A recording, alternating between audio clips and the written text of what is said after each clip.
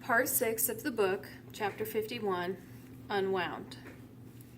For your case and peace of mind, there are a variety of harvest camps to choose from. Each facility is privately owned, state licensed, and federally funded by your tax dollars. Regardless of the site you choose, you can feel confident that your Unwind will receive the finest possible care from our board-certified staff as they make their transition to a divided state. From the Parent's Unwinding Handbook. Chapter 51, Camp. On the existence of a soul, whether unwound or unborn, people are likely to debate for hours on end, but no one questions whether an unwinding facility has a soul. It does not. Perhaps that's why those kids who build these massive medical factories try so hard to make them kid-conscious and user-friendly in a number of ways. First of all, they are no longer called unwinding facilities as they were when they were first conceived. They are now called harvest camps. Secondly, every single one of them is located in a spectacularly scenic location, perhaps to remind its guests of the big picture and the reassuring majesty of a larger plan. Third, the grounds are as well maintained as a resort, filled with bright pastel colors and as little red as possible, since red is psychologically associated with anger, aggression, and, not coincidentally, blood. Happy Jack Harvest Camp in beautiful Happy Jack, Arizona, is the perfect model of what a harvest camp should be.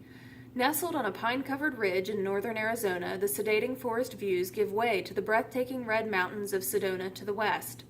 No doubt it was the view that made happy men of the 20th century lumberjacks who founded the town, hence the name. The boys' dormitory is painted light blue with green accents. The girls' is lavender with pink. The staff have uniforms that consist of comfortable shorts and Hawaiian shirts, except for the surgeons and the medical unit. Their scrubs are sunshine yellow. There's a barbed wire fence, but it's hidden behind a towering hibiscus hedge, and although the unwinds in residence see the crowded buses arriving at the front gate each day, they are spared the sight of departing trucks. Those leave the back way. The average stay for an unwind is 3 weeks, although it varies depending on blood type and supply and demand. Much like life in the outside world, no one knows when it's their time. Occasionally, in spite of the professional and positive attitude of the staff, outbursts do occur. This week's rebellion is in the form of graffiti on the side of the medical clinic that reads, "You're not fooling anyone." On the 4th of February, 3 kids arrive by police escort. 2 are brought unceremoniously into the Welcome Center, just like any other arriving unwinds.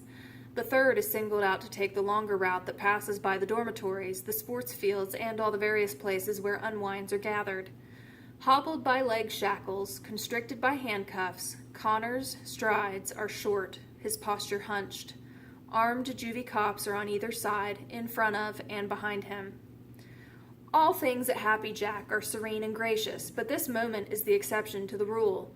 Once in a while, a particularly troublesome unwind is singled out and publicly humbled for all to see before being set loose into the general population. Invariably, that unwind will try to rebel, and invariably, that unwind will be taken to the clinic and unwound within just a few days of his or her arrival. It stands as an unspoken warning to every unwind there.